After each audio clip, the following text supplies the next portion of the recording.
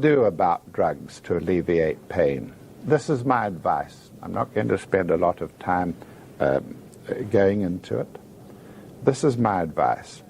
If you have some very important work to do, planetary, for a country, that is spiritual and therefore will benefit the planet, use the drugs, use them.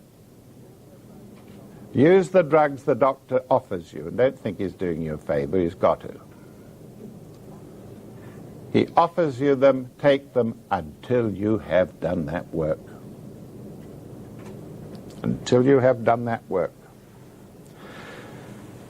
Otherwise, my advice is take all the pain that you can stand before you resort to drugs. You may have to take drugs eventually anyway. But if you have nothing better to do out there, that's part of your karma, if you have nothing better to do out there, then you should accept pain, as much of it as you can stand. Now I know that will be the situation on the planet in 10,000 years. There will be that sort of understanding of deeper forces. And as I point out later, there will come confirmation that dark matter has got living entities within it. And some of those living entities have human characteristics. And when that sort of thing comes, of course, science will claim the kudos for it anyway. But we know, and in knowing you have got a responsibility. That's what Adam and Eve were all about. They knew. The animals didn't know. They knew. They were self-conscious and knew. I want to talk about silence now. Silence. Silence will be prized above almost anything in the new age ahead. Attempts will be made to secure it, and governments will be sympathetic. International rule will be sympathetic to it. The Master K.H., the Lord Kutumi, on the Ray of the Christ, said that noise poses the greatest threat in the 20th century. And I remember quoting that 30 years ago. And we have to deal with it. When I was a little boy of 17, a cannon went off right next to me. Nobody warned me it was there, and it went off, bang. And I've had tinnitus for the rest of my life. I can hear the ringing noise that I heard a second after the cannon went off. And it'll be there forever. Of course, I don't sit and listen to it. And so, tinnitus, hearing noises in the ear, will increasingly curse mankind up to a certain point. But with genetic engineering, it is overcome. The ability to strengthen parts of the genetic complement of man, it will be overcome. And of course you won't have things like the wars we've had recently, the bangs and so on. Special places on the planet are insulated against noise. You might be able to have an apartment in such a building. Or you might be able to meet as a meditation group. Instead of the Scandic Hotel, you're going to go to a special place where noise is shut out. And then that will tend to help beginners in meditation to achieve progress to the state where their own consciousness turned inwards will ignore this outer interference, the noises of hurly-burly of life and the tinnitus in the ear and so on. So there will be great interest in this method of reducing interference. Flotation tanks are discouraged, will be discouraged. They're discouraged as far as I'm concerned right now. There's no way that you should attempt to do by practical means what should be a discipline of the mind. Buddhist monks would sit under a tolling bell to meditate. That would be the supreme test, that they could sit there and ignore. I'm not saying that we should do it, far from it. But that is true. That was a fact. Men will begin to pick up responses from their unconscious in these silence rooms. The unconscious which constantly talks, the solar angel that tries to reach you, is often not heard. It isn't that he's not there. He's not heard. Your attention is elsewhere. And in these silence rooms, this sort of thing will be achieved. And rarely, but definitely, there will be sometimes when it is from the higher self, these communications. High technology will make this possible. It will be possible 10,000 years from now to have pictures of your lucograms. Lucigram is a neologism which I've created to describe the space between the brows which receives light pictures from the higher self. And it will be possible for these not to be photographed. I didn't say photograph. Something will be used to register this sort of input. There will be a huge increase in the number of amanuenses, people who become an instrument for a higher being, a genuine higher being, and will produce original work relating to diseases, relating to problems of the world, sometimes poetry, but original. I must say that after all these years I have been a little dejected about the quality of transmitted material. I constantly get manuscripts related to it and very rarely find any original thinking, any original facts which help mankind. That's my opinion. But there are some notable ones. Alice Bailey. She used to sit in the railway compartment or in wherever she was and sit there, and she would just write it down. She heard this. Have you ever seen the Bailey books? If you're going to buy a set, take your checkbook in and be sure you've got £1,000 in the bank. Magnificent work. And so, lovely books will emerge.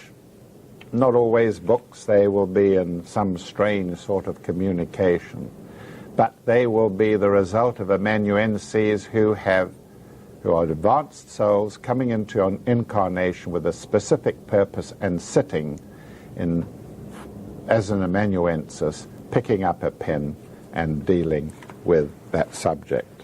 I've got just enough time to talk to you about gold and alchemy in the New Age.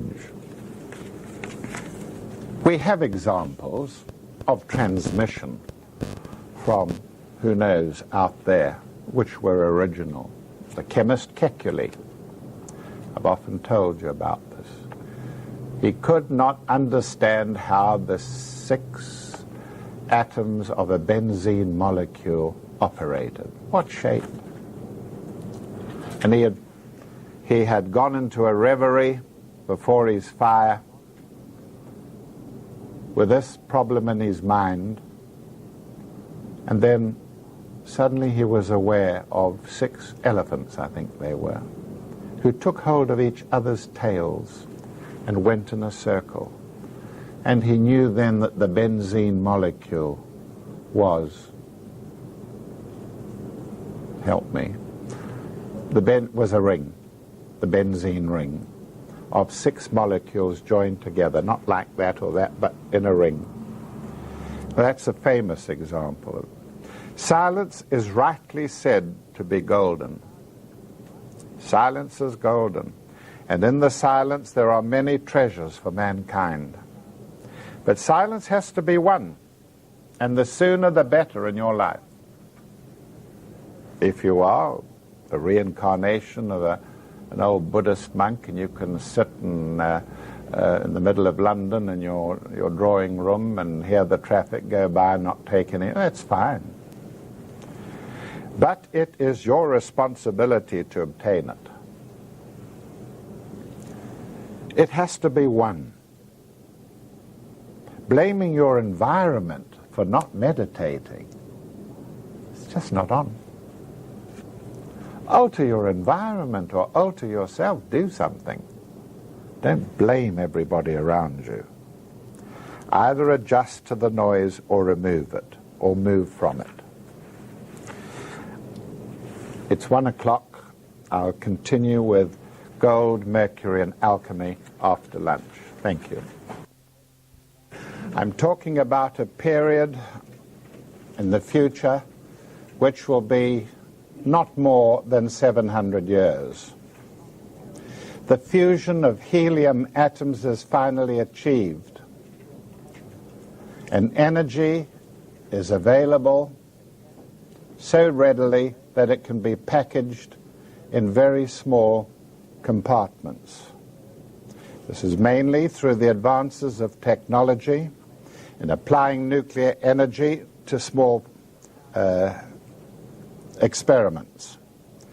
Now, the great clairvoyant C.W. Leadbeater forecast that 700 years from now, man would walk around with a device for dealing with all his energy needs, and it would be no bigger than a medium-sized matchbox, which means he could go anywhere he liked. He could run just about anything on that.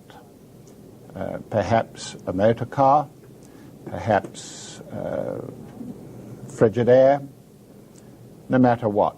He is completely self-contained and is able to draw on it at a moment's notice.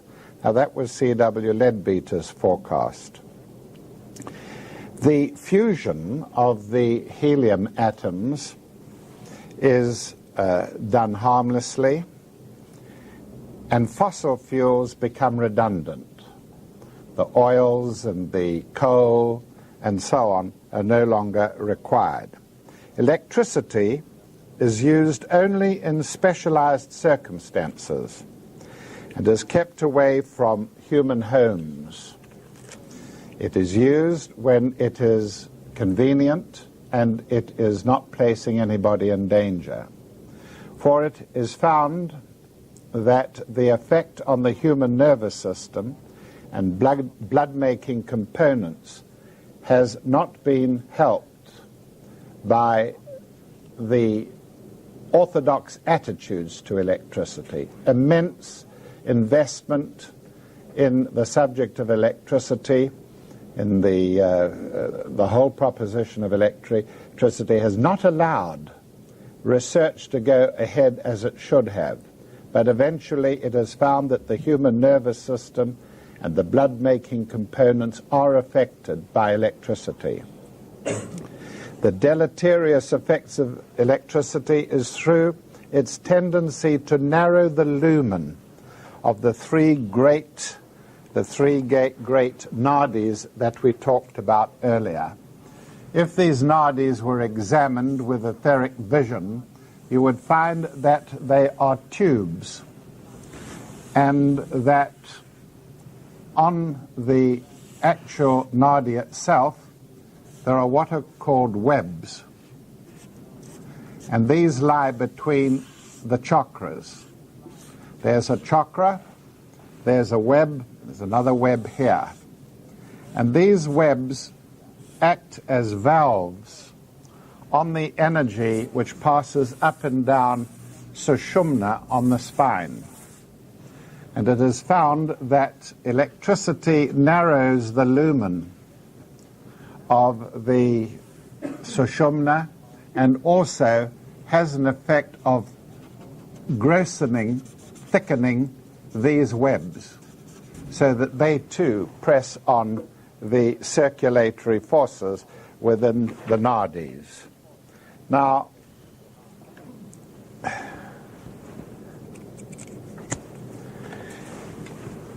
in spiritual unfoldment, the process is through the raising of the energy lying within Sushumna at the base of the spine. It is said that at the base of the spine there is a coiled up serpent called Kundalini, and she's female. And when Kundalini is aroused, she uncoils and passes up slowly through up the lumen of the Sushumna Nadi. And in so doing, she is impeded by the webs that I've talked about, the circular webs between the chakras. She is impeded by them. But she burns her way through eventually with spiritual unfoldment. And the aim of spiritual unfoldment is to open all the chakras on the spine successively, from the sacral center to the solar plexus chakra. From the solar plexus chakra, the fire of Kundalini flows up to the heart chakra, and from the heart chakra to the throat, and from the throat into the brow, and from the brow into the head center. And that has spread out over 700 odd lives on this planet. Progress is made progressively in each life, and what progress is obtained is recorded in the permanent atoms of the individual. And when he is reborn in a later life, he achieves that level of unfoldment achieved in previous lives. And so it is a progressive process. Those of us who have centers above the diaphragm, the sheet of muscle that lies between the abdomen and the chest, those of us who have open centers above the diaphragm are more able to sustain physical, emotional, and mental stress, particularly the last two. Now, this is a progressive matter. It is said that in the great civilization of Lemuria, the energies had reached the sacral center, which energizes the sexual organs. Under the impact of this Kundalini energy reaching the sacral center of mankind, the Lemurian root race, which we all incarnated in many eons ago, as it were, that race, the third root race, separated the sexes, separated the hermaphrodite sexes, which were together, and then separated into male and female, under the impact of planetary Kundalini flowing up humanity's spines to the level of the sacral center. The energy then passed higher, burning its way through the webs, and reached the solar plexus chakra in the region of the navel, or the navel chakra if you prefer it. And the navel chakra was opened in the great civilization of Atlantis. Atlantis was an emotional civilization. Lemuria was a physical, sacral civilization. Thereafter, from about a period of 3 million years ago, the energy of Kundalini began to flow into the throat center. And so there was developed in the fifth root race the capacity for tremendous active intelligence. So there you see the spiritual qualities unfolding.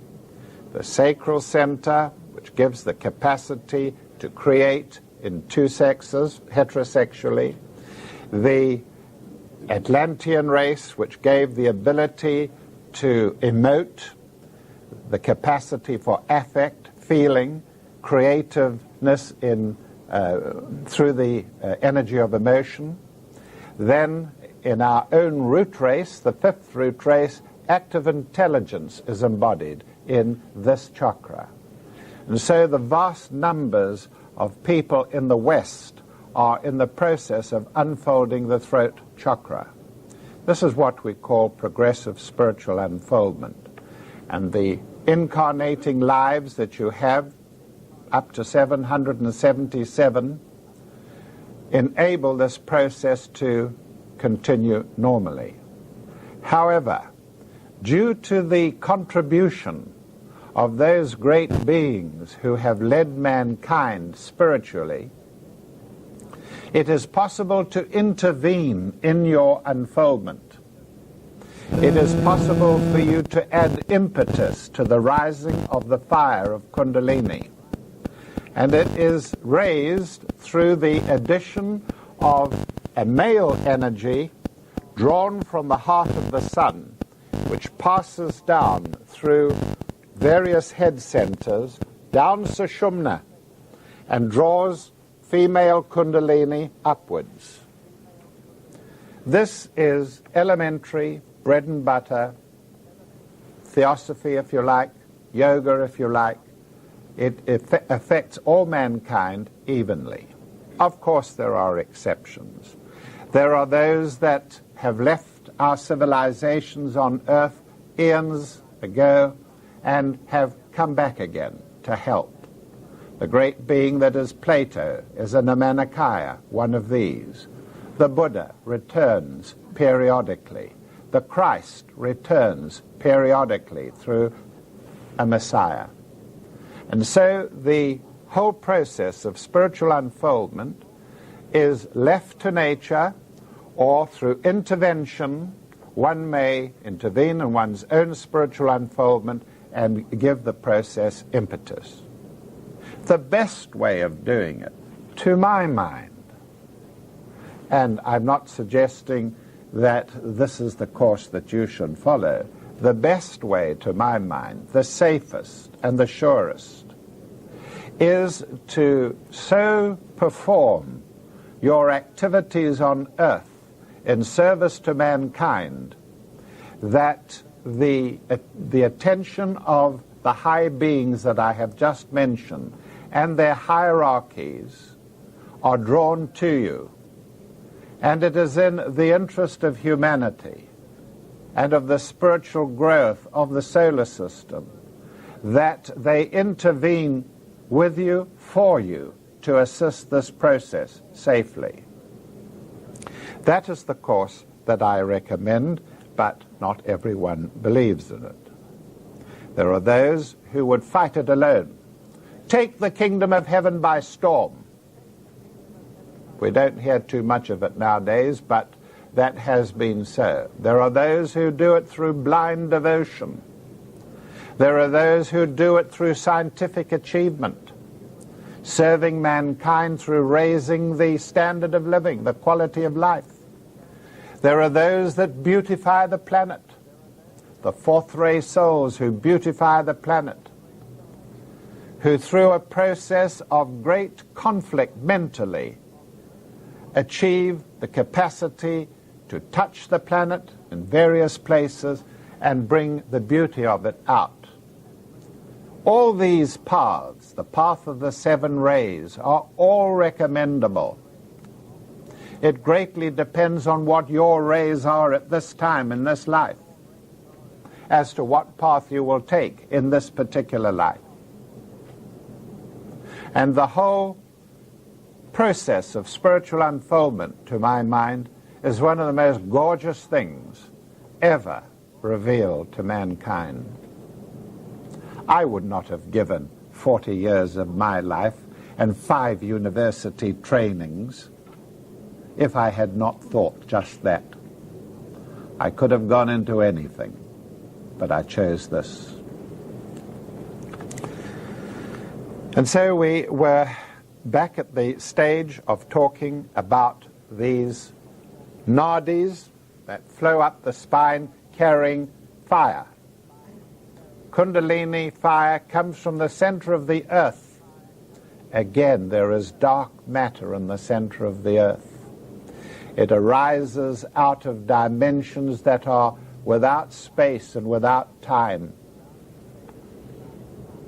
The problem of electricity is that living close to high-powered, high-tension wires, next to pylons and so on, is that the electricity narrows the nadis, especially sushumna, thickens the webs so that they cannot be burnt through under the normal process, natural process of Kundalini's arousal.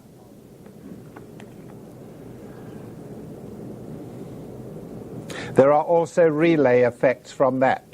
From the upset etheric system, occasionally being choked in its endeavor to pass upwards, there are relay effects acting on the spinal cord in physical tissue and also on the bone marrow, thus bringing about periods of great and inexplicable exhaustion and encouraging the development of unusual disorders and lowering the resistance of the individual. I firmly believe that a lot of this matter is known to the authorities, but the investment in electricity is so immense, and the fact that there's no alternative, maybe if nuclear fission had produced a controllable power, then electricity could, I believe Britain was trying to do this, could have been pushed aside. But this is the situation. 700 years from now, electricity is hardly used except in very specialized ways. Psychologically, the effects of electricity are to make man more materialistic. Bringing it out psychologically, his behavior becomes more materialistic. Physically, the process tends to increase the size of man. But the future of man does not lie with giants. As a matter of fact, it is very difficult to find the 20 or 30% of Ray 3 physical bodies that there used to be. I wouldn't think in this room there would be more than about 5 Ray 3 physical types.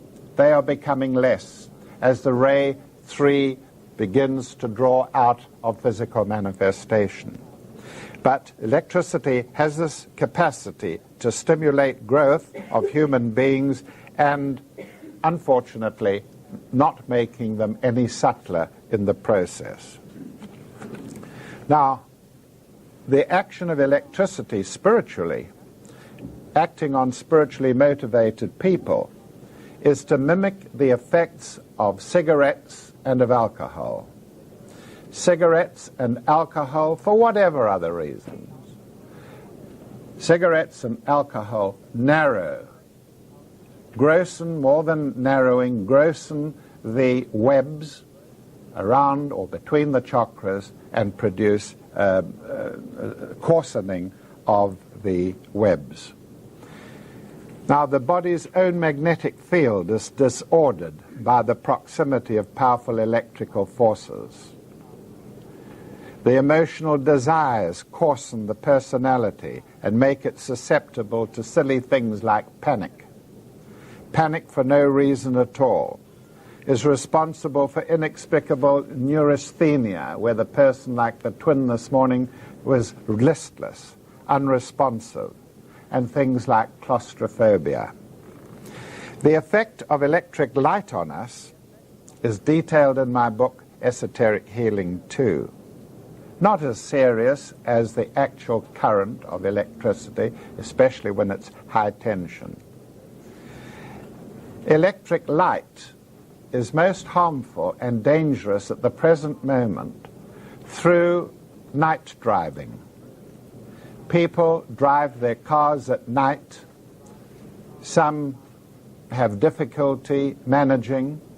They have this bright oncoming headlight flashed into their eyes, may catch them unawares, and they have to stare it out and watch the road. And the result of this can sometimes be that there is a sudden, inexplicable, notice how I've used the word inexplicable again and again. There is a sudden, inexplicable loss of consciousness by the driver, and naturally crashing result, sometimes deaths which have no apparent cause. This is monitored through the parasympathetic and sympathetic nervous systems, acting in such a way as to cause a massive collapse, like a faint. I'm trying to think of the word for that syndrome. It'll come later. Now, with nuclear fusion, many elements become interchangeable. What is happening is that we do know that we can change one element into another. We have evidence of being able to do this through nuclear fission. A bomb explodes, plutonium explodes, releases light and energy, and two new elements result. So we do know that alchemy is possible, but the cost of it is too much, too high. But with nuclear fusion occurring and the control of the process, a lot of alchemy becomes available, and it is greatly needed at that time. What happens is that a helium atom can be extracted from mercury with fairly great ease in the period ahead that I'm talking about. And through the extraction of helium atoms from things like mercury, there appears new elements. One helium atom taken out of mercury produces gold. It is a good thing that it happens because the South African gold mines are worked out. The usual sources of gold are now not producing nearly as much as they used to. And it comes at a time when the planet is beginning to explore space seriously. The main difficulties barring access to the smaller planets has been overcome. And in these huge interplanetary vehicles, every conceivable kind of element, metal, is needed. And so it comes at a very good time to equip space vehicles and space stations. Now, I think that at this stage, before I continue with some observations about the kind of human beings that exist on the planet in the future, I think I'd be quite happy to answer questions. If any of you have got questions, if you'd give them to one of the... You want to ask it verbally, then I'll have to repeat it, yes. Do you think there's any age where it's dangerous to start on any exercises? Yoga? Sorry, did you say, is there danger in yoga exercises? Is there danger to start at a young age for any exercises? To start what kind of... Oh, spiritual exercises? The best thing that can happen to a young person, even younger than you, is that the person should have considerate parents, that they should not expect from such a person the usual process of development. The usual process of a development very often does not apply to children who, of their own volition, start to ask spiritual questions. In my work on super-gifted children, I explain just that. When I talk about a super-gifted child, I don't talk about a person with a high IQ. There may be one. We're talking about a soul that is very forward in its development, probably in the last 100 lives out of 777, if we speak of it symbolically. And very special attention must be given to that matter. If you'll see me afterwards, I'd be happy to give you a book on the subject. Questions? Yes, you talked about the soul as being different from I. Can you clarify that, please? The soul takes on a personality in each life like we might take on a glove to come into contact with something that the hand can't stand. And so the personality is the vehicle by which the soul expresses itself. But you wouldn't expect the glove to tell the hand what to do, or the hand to tell the brain what to do. And so the personality cannot dictate to the soul, nor has it any right to. What it can do is to earn good karma so that the soul may choose a better life in the next incarnation. That is the most fundamental mistake made by people who begin to tread the path in the West, not in the East, in the West. It is the belief that you can assert, and there's something noble about it, thank you.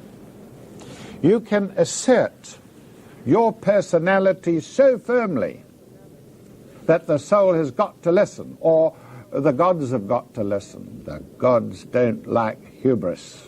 They don't like anything of that sort, I can assure you. There are many things they don't like, but that's very near at the top of the list. Showing off and bragging is another thing that the gods don't like. You don't believe this? We're going back to Greece, all of us. We're in Europe.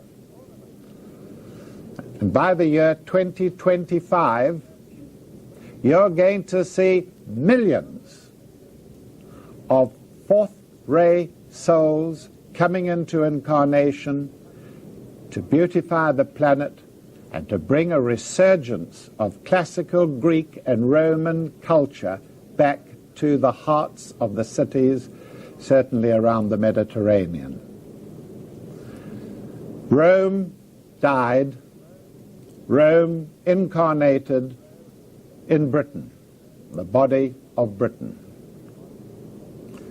Then, with 1776, when the nation split in two with the American War of Independence, a new aspect of Rome was incarnated in the United States of America, Byzantium.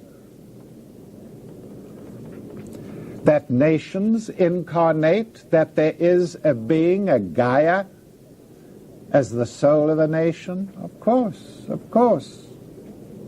Manu, that's the word we use. We have to get it from the East, Manu. You get the Manu of the fifth root race, Amanu.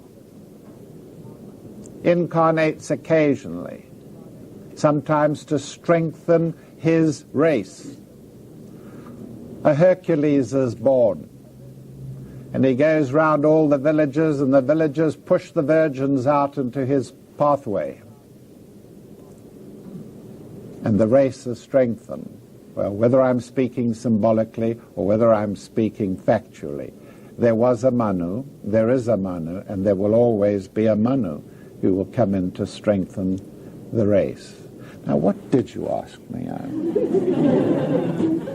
Oh, yes, the matter of the human personality. Well, yes. I as opposed to the soul, I mean, how does the soul itself... May I ask you, which I are you today? Is this the I that you would present to your boss? No. Is it the I that you present to the children? A personality expresses itself through many eyes. That's why the peacock is the symbol of so many personalities, so many eyes looking out, all of them trying to show themselves. That's not a vehicle for spiritual qualities. It's the soul. How does the soul identify itself? By how does it know itself? Is it separate, or... The soul talks to you every day, but you have to die daily to talk to the soul. The moment you try to talk to the soul in silence, he is the voice of the silence. The moment you try and talk to him, your attention is diverted. In meditation, you learn to establish a language of communication with the gods, including your own soul. Right. Dr. Baker, could you please explain what the Great Pyramid originally was used for? I'd be happy to do that. The Great Pyramid was developed over a tremendously long period of time. Leadbeater said that the first work on the Great Pyramid began about 70,000 years ago. Well, you will hear the Egyptologists telling you that Khufu, the pharaoh of Egypt, built the Great Pyramid for himself, for his burial. I think it was about 3,500 BC. Leadbeater said that the Great Pyramid began about 70,000 years ago, and its function has changed considerably. What happened then was that Atlanteans, who were giant-like men, I'm always staggered as a biologist and scratch my head why humanity can't accept that there were giants. We get remnants of them, atavism, throwbacks, if you like. And these were really giants. I'm not talking about the guys that jump high jump in the Olympics, who are tall and lithe and thin and so on. I'm talking about great big guys who would just fit in this room. And there's good evidence of it. If you came across a human femur, if you came across a femur, a fossil femur, that long, would you think it was human? That's why, one of the reasons why the remnants of people like these giants have never been found. Teeth in China have been found that size, human teeth in China. I mustn't get off the track. So here we are, 70,000 years ago. According to Leadbeater, and I have a great respect, not for all his stuff, according to Leadbeater, the North African continent, apart from the Atlas Mountains and a few patches here and there, was inundated by the sea up to that sort of level. And of course over here, beyond the Pillars of Hercules, as Plato said, was the fabulous subcontinent of Atlantis. Subcontinent because there were other parts to it. And progressively over a period of 2 or 3 million years, the continent slowly sank beneath the ocean. Not slowly, violently, but over a period of years. And the Atlanteans were a maritime race 10,000 years ago. They were slightly different before that, much larger. And at an early time, they sailed over these seas